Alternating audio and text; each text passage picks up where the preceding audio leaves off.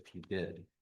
Our first case today is case number 242647, Orange County, Florida versus Stephanie Kennedy. Counsel, typical rebuttal would be 5 minutes. Do you want more or less? Great, whenever you're ready.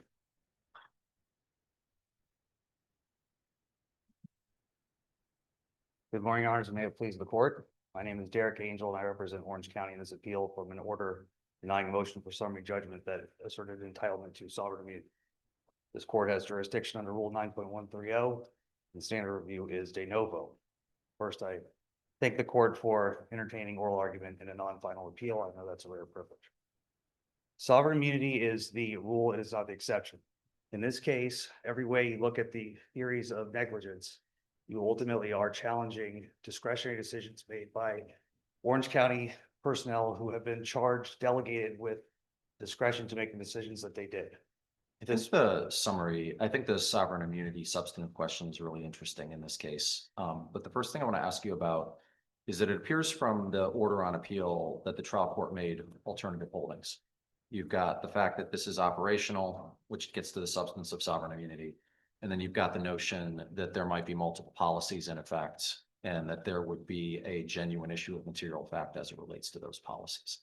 And I think what I take that to mean from the appendix is that there is a policy that was produced in discovery by your client that suggested that an assessment for bully breeds was required. And it's undisputed that that assessment wasn't done in this case. Your client in deposition basically said that it's an outdated policy. Correct. And I'm wondering, because there's nothing to me on the face of that policy that suggests that it's outdated or that it's been amended or that it's no longer in effect. I'm wondering if at this stage of the proceedings, if we're not being asked to weigh in on a genuine issue of material fact. And thank you. And I obviously appreciate that question and thought about that before I even took this appeal. Again, it's important to look at the theories of negligence alleged. That was not a theory of negligence. It was not raised in the papers by the plaintiff that that policy wasn't in effect because the only evidence in this case was from Ms. Summers, the director of Orange County Animal Services, who unequivocally stated that that policy is not in effect. So the theory is not that we didn't fail to follow our own policy. The theory has been that we should not have allowed Ms. Kennedy to see this dog in the first place, or that somehow that the interaction between Ms. Kennedy and the dog should have been more closely supervised. So when we're narrowly construing summary or sovereign immunity as we must, and the cases teach us that. Now the Sanchez case is a great example of that. We do look very closely at what the plaintiffs have alleged. What is the theory of the case? It's not that we failed to follow the bully breed policy. Counsel, do you just look at the complaint for what the theory of the case is, or should you look at more? And what did you tell the trial judge below it where they should look for the theory of the case? Well, we do not just look at the complaint. In fact, a lot of the cases, and again, I point to the Sanchez case because the dissent in that case said, well, look at the complaint, look at all the allegations of negligence. And the majority said, no, look at how the plaintiff argued the case. That's the theory. That's not new from that case. It's long been the position of the courts of the state that we look at what are the actual charges of negligence to determine what the case is about. Now, what did I tell the trial judge? I read the transcript yesterday. I can't remember exactly, but I think what I said was. Well, counsel, let me ask a different question based upon that. Is the theory of negligence being pursued in this case that of failure to warn?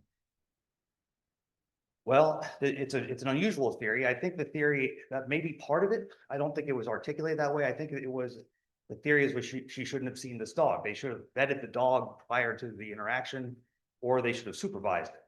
I suppose you could say that they should have warned of this particular prior bite, or it wasn't a bite, it was a lunge and food aggression. But I don't know that that's what they alleged.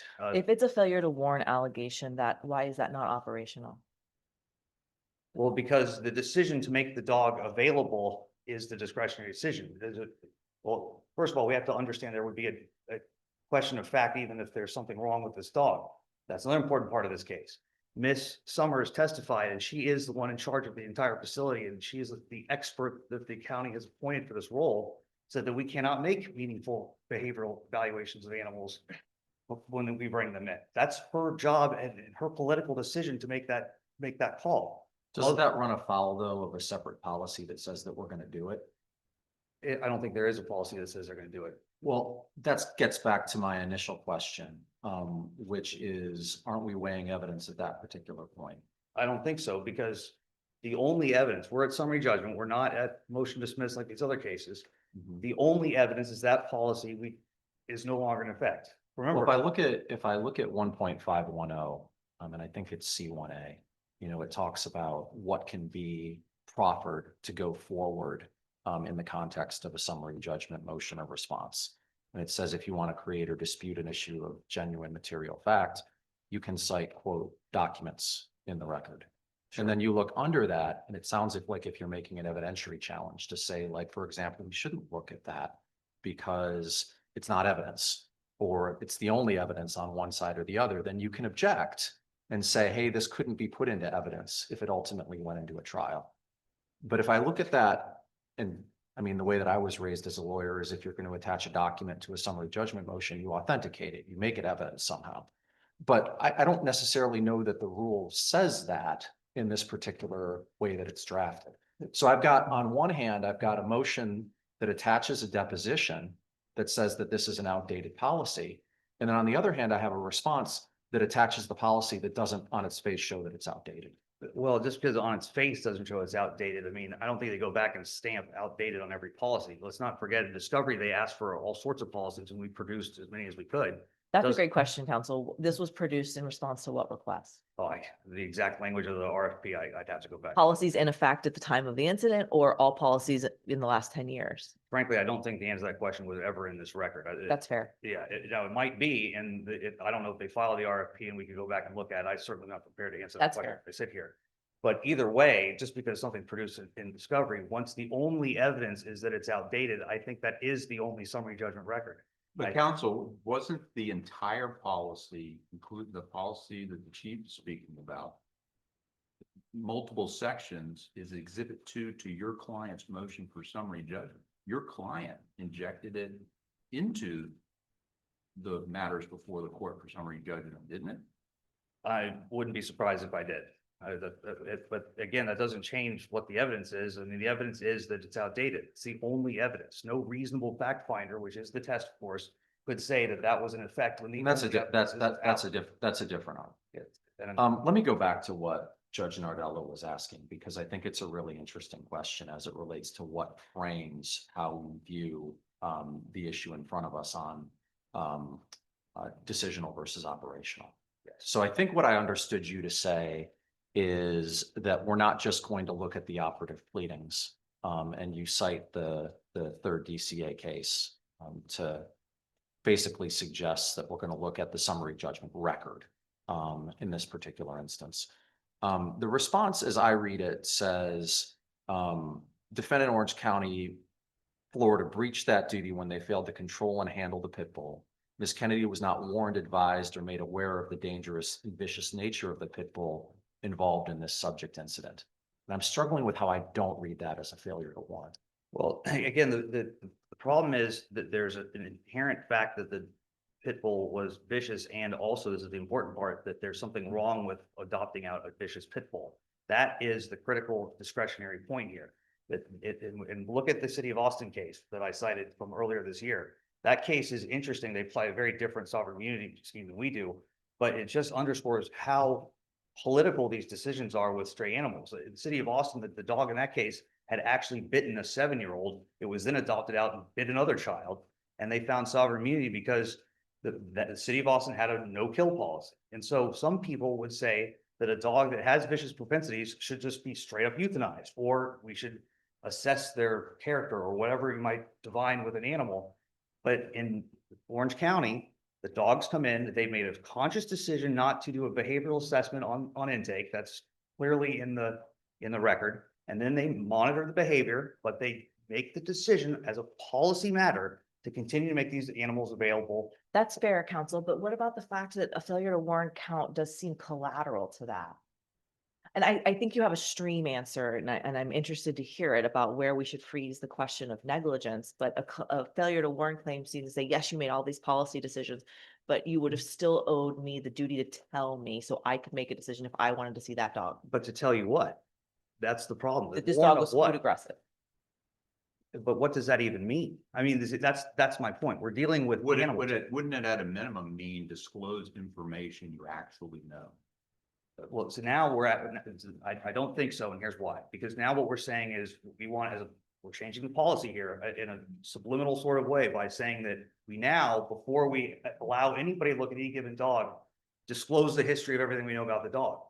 They didn't do that. In fact, what's interesting about their policy, which people could disagree with, and that's the important part. These are judgmental. Let me ask you about the policy where it says interactions should be monitored and quote, guidance given to customers on the importance of sanitations of heads, hands, et cetera. What does that mean? What's guidance? That's the policy. It That's is. the articulated policy that you are asking properly, I believe, for us not to interfere with. Couldn't a failure to warn be Well, I don't think the construed as part of that policy? again, warn of what? I have a problem with. What we're warning of is inserting ourselves to say we need to tell them everything about the dog, which they decided not to. Other people would say we need to do a behavioral assessment on the front end, which they decided not to. And in this case, what else could have been done with respect to the actual interaction with her? That policy was followed to a T. The dog was walked out, taken out of the cage, handed off. I feel like that's not the necessarily, and I might be misunderstanding the question, but I don't necessarily feel like that's the answer to the question that was asked, in the sense that the policy specifically speaks to a handler who is there, who's present. Obviously, somebody's got to unlatch the cage and walk the person out to the run. So somebody's actually there. And they're instructed under the policy to give guidance. There's an et cetera there that causes me some questions too, but what's the point of telling somebody giving guidance on hand sanitation? I think that's just, be careful, the dog might be dirty, I don't know. Yeah. It's on the animal. Maybe you might get the dog sick from something on your hands, or the dog might get you sick from something if you don't walk, but I guess I'm just wondering what the point of giving guidance on washing hands is if, for example, and I'll stray outside the fact pattern of this particular case, assume that this particular dog had attacked, maybe not bitten, but attacked the last 10 potential rescuers when they did a certain thing. I'm having a lot of trouble.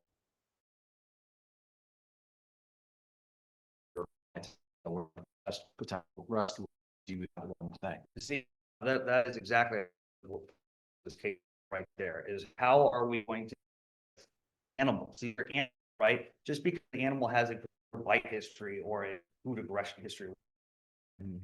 Different people have different interpretations of that history dealing with and it's that we can't do, right? This is an animal. I think the director of this city of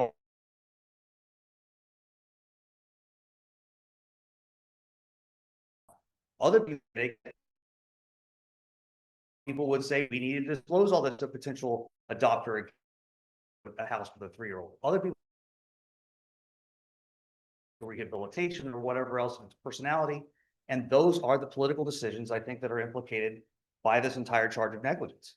Every way you cut it, it comes back to those questions. How do we deal with the problem of stray animals? And different people have.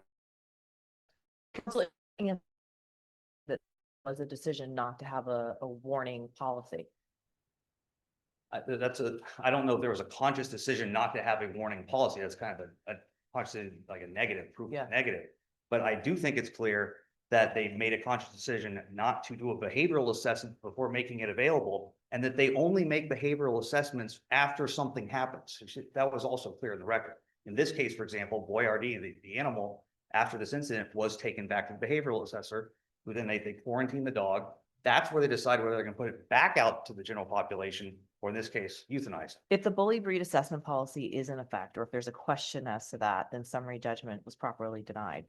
Honestly, I didn't study that policy coming in today, but because I don't think it's brought up by their arguments in this case, but assuming that it is, I do probably think that's correct.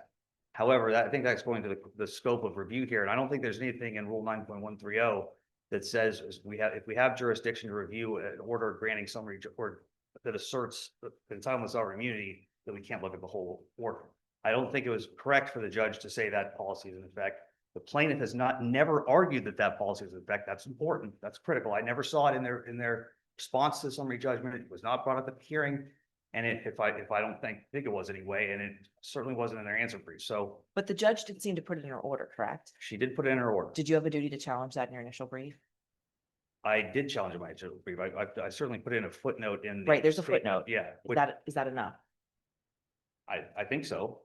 Because It's two sentences on page 7 that begin with as an aside. Like I didn't see any independent legal argument on it. I didn't see any separate legal analysis on it. And then in the reply, there's the statement that, oh, because they didn't mention it in their answer, this thing is conceded. I think you'd agree with me that that probably doesn't appropriately state who has the burden. well, I In think this particular case. burdens are very interesting in this proceeding, right? Because obviously it's my burden to show error on appeal, but it's also their burden to show that sovereign immunity doesn't apply.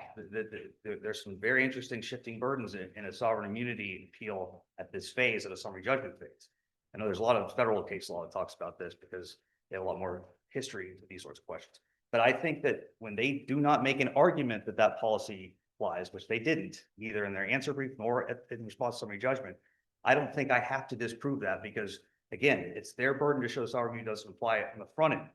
And they didn't bring that up. The court did. I said, I think the court was wrong here. They didn't back up the court. Let's put it that way. I think that is would not be appropriate vehicle for affirmance respectfully. So I don't think that's a legitimate issue in this case. You got 4 minutes left. Do you want I to save the rest of it? You know, I think I'll be, unless there's any other questions at this time, I think I will save it. Thank you very much for the discussion. Thank you.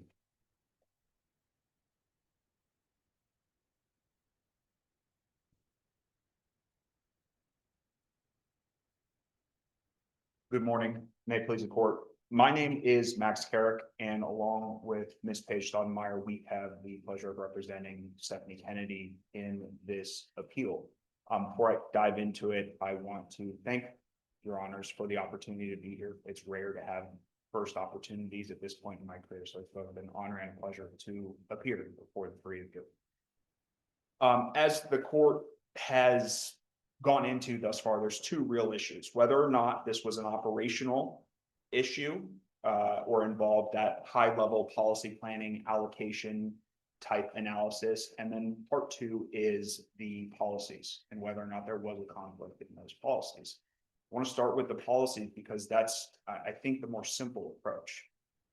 And Judge Nardello, you had asked initially, what was that produced in response to? And that policy was produced in response to a. Are you about to stray outside the Yeah, appendix?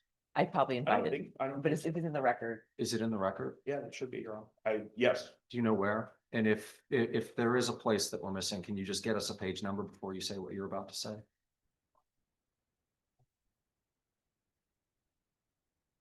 Do you need a moment to confer? just a moment. Yeah.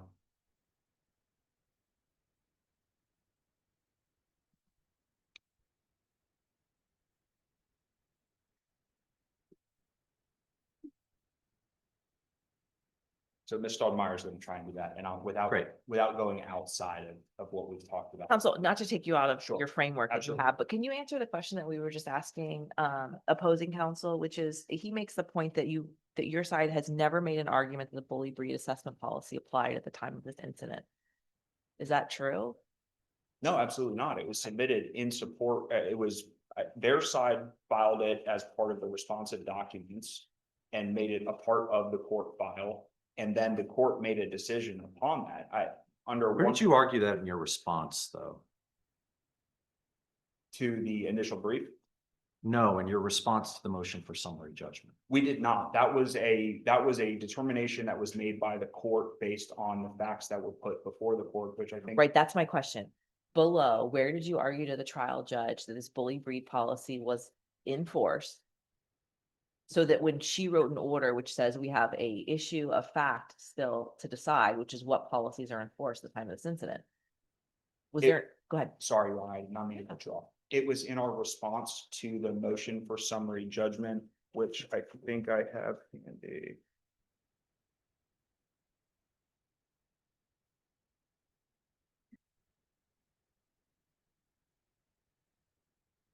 We have it, Counsel. I'm sorry. We have it. Yeah, we have it. Oh, okay, yes. So it was in the response to the motion for summary judgment. We specifically cited to that and then highlighted the dichotomy between that And what the corporate representative for the county talked about, that director, and said, oh, wait, no, that's outdated. Which raises it's evaluating the evidence. It's honestly weighing the credibility, because the jury can either decide to accept or reject her testimony. And if they reject her testimony and find, based on the full scope of the evidence, that that policy was in fact in effect, based on the county producing that to us in response to discovery, Okay. they could expressly reject that theory and very reasonably rely upon that in finding that the county. Counsel, if we take out the bully breeds issue, Yes, sir. let's say we disagree with you on that, and I'm looking at a complaint which says they failed to control the pit bull.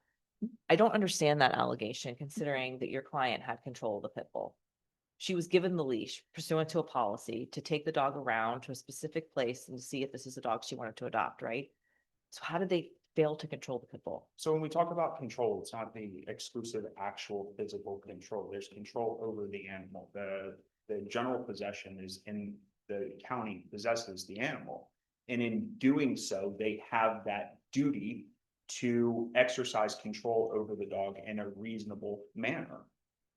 And not just turn it loose to somebody, hand it over. But the policy is to turn it over. Or are we talking about The policy is to let potential adoptees interact with the animal they would like to adopt. well, and that's where I disagree with the county's representation that the policy says that it should be exclusively handed over to the person adopting and walk away. That's not what. the But isn't that what policy your says. opponent's gonna say? You just said you disagreed with the policy.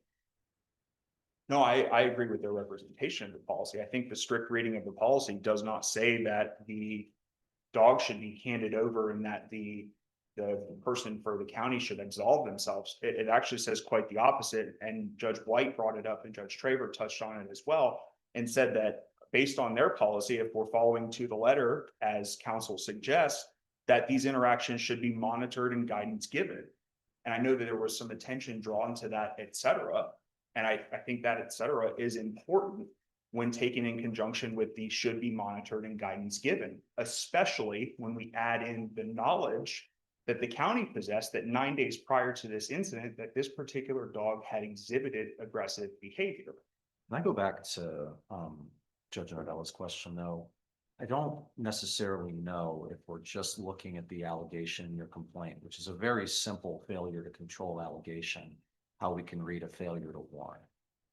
Well, and I agree with you, Your Honor. If you read it exclusively based on the complaint and not taking the entirety of the sum of evidence and the argument as counsel highlighted that we're supposed to do on appeal, if you read through the argument, we detail how they failed to.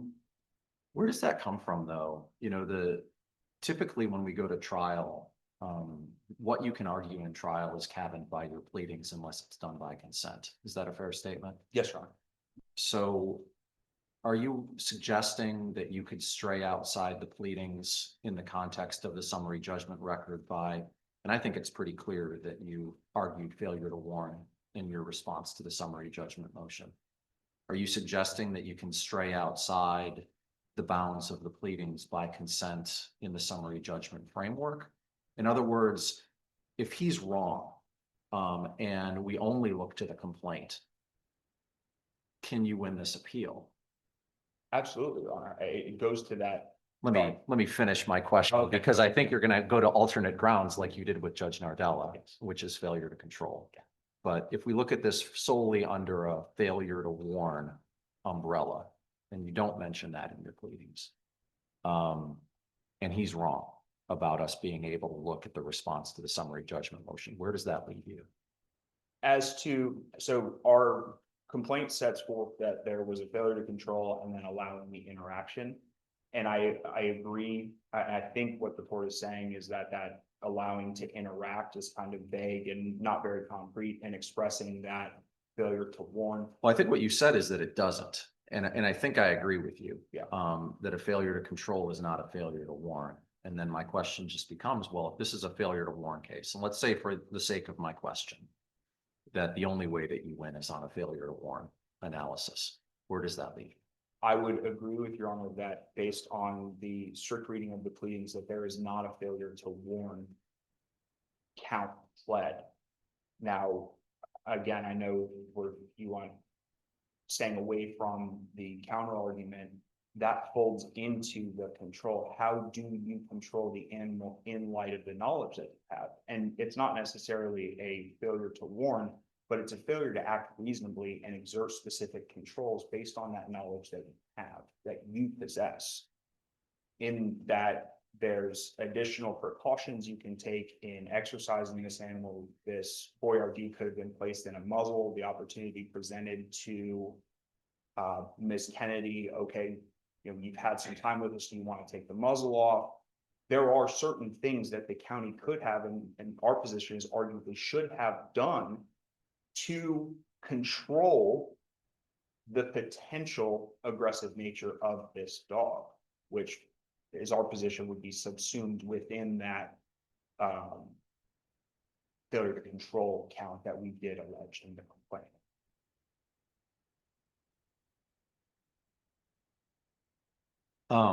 My first question to your colleague had to do with the alternative ground for it. Is there anywhere in the pleadings that suggests that there was a failure to assess, which would be the problem under the bully breed policy? A failure to assess, no, that was not a pleading. Is Again, there a legal argument in the response to the summary judgment motion that there was a failure to assess? It's not I promise I'm going to answer your Honor's question. It's the frame of our question is we don't take issue with the fact that there is a policy. We take issue with how the policy was carried out in light of the knowledge that the county possessed, which again takes us out of that legislative high level allocation analysis. We're not taking issue with Section 6 requiring interactions between a potential person adopting a dog and a dog. It's how it was executed by the county in light of that knowledge that they possessed of that prior aggressive incident. So to answer your question, it's not a direct one-to-one correlation between the failure to assess. It's how did that failure to assess play in? And arguably, the failure to assess doesn't necessarily matter because we have an aggressive incident. It's how did the county react to that aggressive incident and what did they do based upon that knowledge? And the answer based on the record is absolutely nothing. They did nothing. They took no measures to exhibit additional control over this dog, which had demonstrated aggressive tendencies. And so the question based on that failure to control is, was that reasonable? Was it reasonable for the county to do that in the manner they did in light of the knowledge that they possessed? It's just a traditional negligence analysis. Would a reasonable person, albeit company or association or governmental entity, done this? Or was it reasonable for them to do so in light of the knowledge that they possessed? I'll go. Yeah, please. Counsel, so looking at your argument and your opposing counsel's argument, if I could kind of distill it down, you're saying no sovereign immunity because it's operation. County says no, discretionary sovereign. Looking at the cases, seems to me courts make a decision. In this particular case, what's the framework? How do we make this decision? Because on the one hand, you could say, well,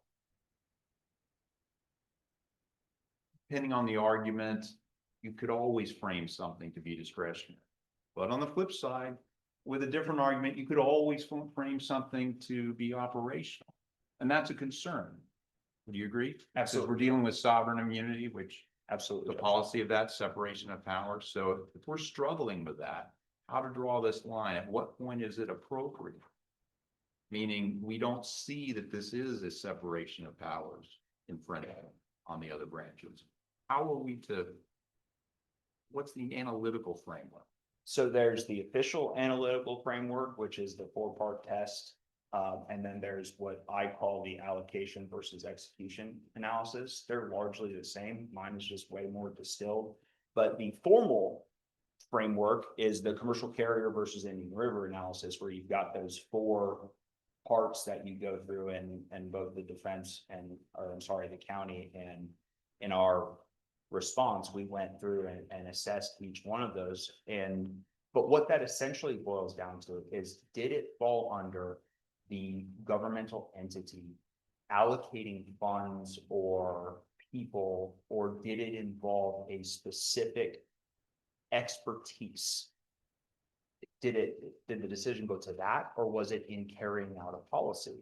And in both, actually, the initial brief and our reply, there was discussion of the Sanchez case down in Miami, which was where the two kids were shot at the park, and they brought suit essentially for negligent security. And what the court found in that particular case, and I think that was the third district, found that that was an allocation of resources analysis, that county made the decision not to allocate off-duty officers to that particular park on that particular night. And because it came into the allocation and how do we divide up our assets, that was that high level decision-making discretionary. And that was, they were immune from tortious claims.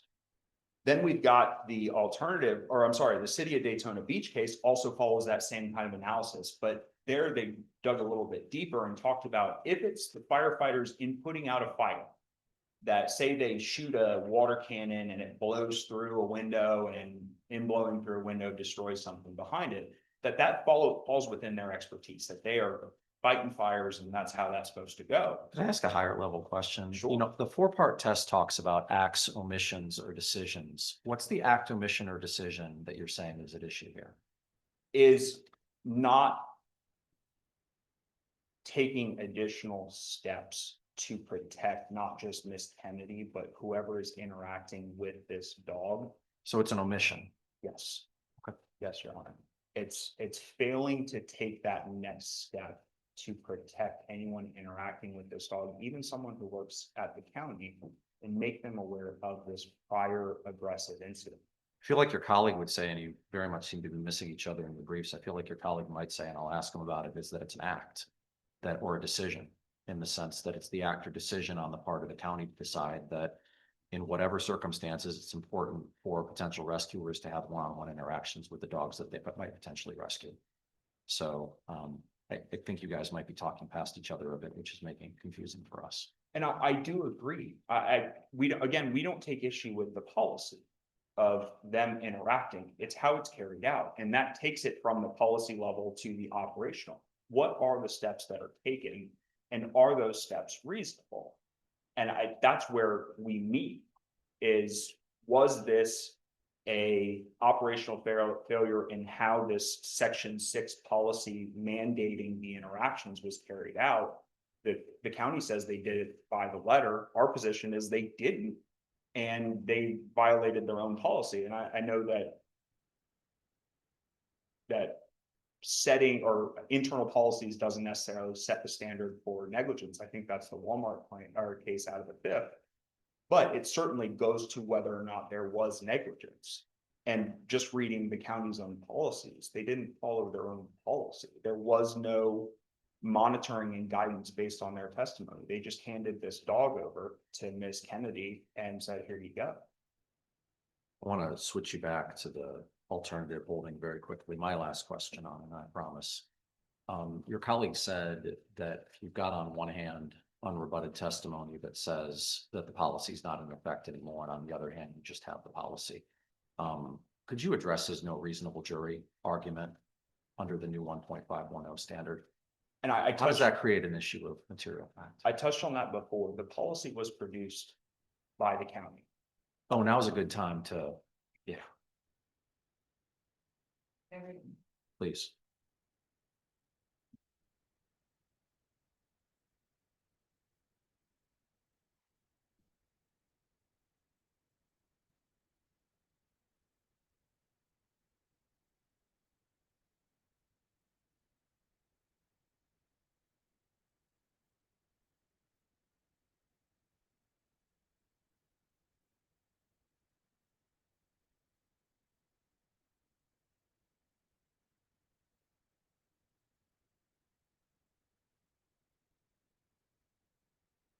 And so, Your Honor, the record was filed in the appendix, and so it was our 220.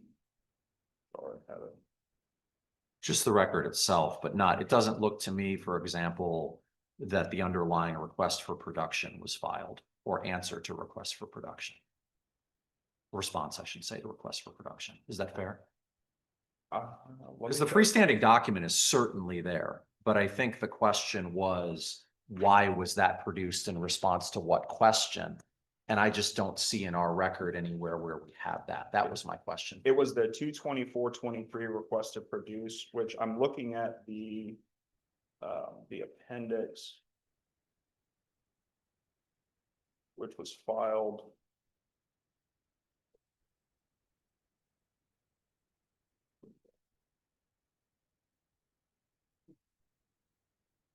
So based on what I'm reviewing, it appears it was filed with the court, Your Honor.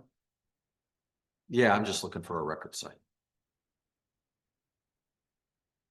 Right, the trial court versus amount of record. That We It's can not- find it, counsel. Okay. All right, thanks. Do you guys have any other questions? If you'd just like to conclude, thank you. absolutely. So for those reasons, we would ask that you affirm the denial of the motion for summary judgment. Again, thank you for the opportunity to appear in front of you all. It has been an absolute pleasure and pleasure. Thank you.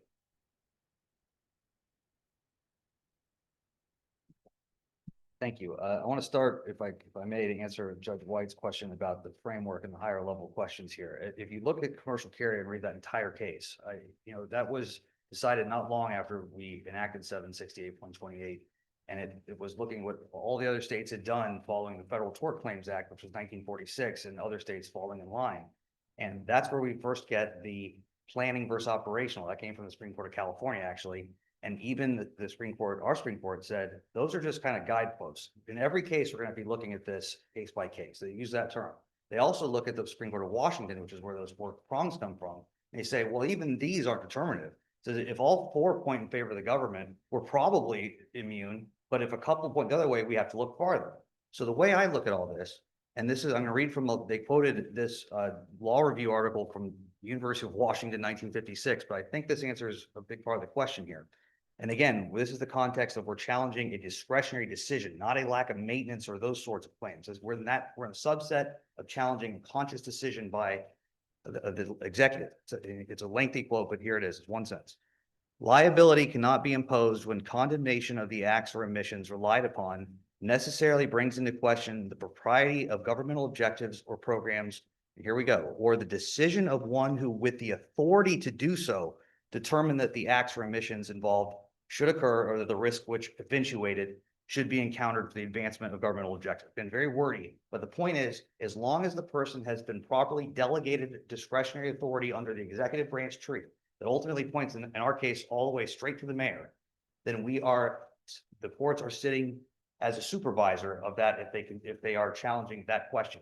That's why policy is so important, because when an executive actor goes outside the scope of the policy, for example, in that city of Newport Richey case where the cop violated all these high-speed chase protocols, we can no longer say that negligent act was properly delegated to him, right? If he's not supposed to be chasing somebody at 93 miles an hour in a 40, unless there's a forcible felony, which there wasn't in that case, then we can't say that a discretionary person within the executive branch, in that case, the police department, authorized that act. They are no longer acting within that tree of delegated authority, and therefore we can charge them with normal negligence to respondeat superior would apply. In our case, however, every single act that I've heard that's been challenged ultimately is the proper execution of discretionary decisions that reasonable people may disagree with. Again, reasonable people can disagree that a dog that shows any sort of aggression should be adopted out. There's certainly people out there that believe that. But in our case, no one went outside of policy. Everyone was within their delegated tree. And I think that's the important test here from a high level analysis. And a great example of that is the city of Daytona Beach case with the firefighters. Those were end-line firefighters that the Supreme Court decided were acting within their discretion by deciding to fight a fire a particular way.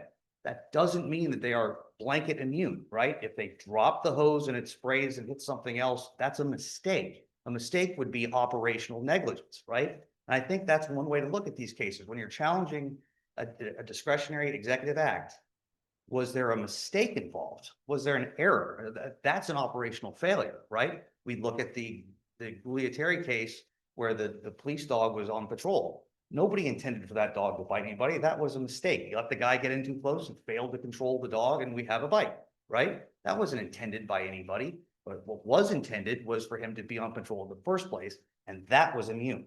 So in this case, we still need to ask ourselves, what is the challenge decision that was made that is negligent? And all I've heard is they should have controlled it better. And I think Your Honor brought out the fact that the pleadings are very specific about that, and they are. And I looked at the response while my colleague was up here talking. I didn't see anything about the bully breed policy in the response. And I didn't see anything about a duty to warn, but I don't know what we're warning of. Yeah. So you're over time, but. Oh, I'm so sorry. But just for Somehow the, didn't just for notice that. the sake of it, I look at the response, if we're talking about the response. And it specifically says, and I read it, not warned, advised, or made aware of the dangerous or vicious nature of the dog. I don't know how that's not a failure to warn claim. Well, I think I've made my point of Yeah, I what think- we're warning of, and I am out of time, and I, unless there's any final questions, certainly thank the court for its consideration of the case. Okay, thank you. Thank you Thank you very both. Thank you both.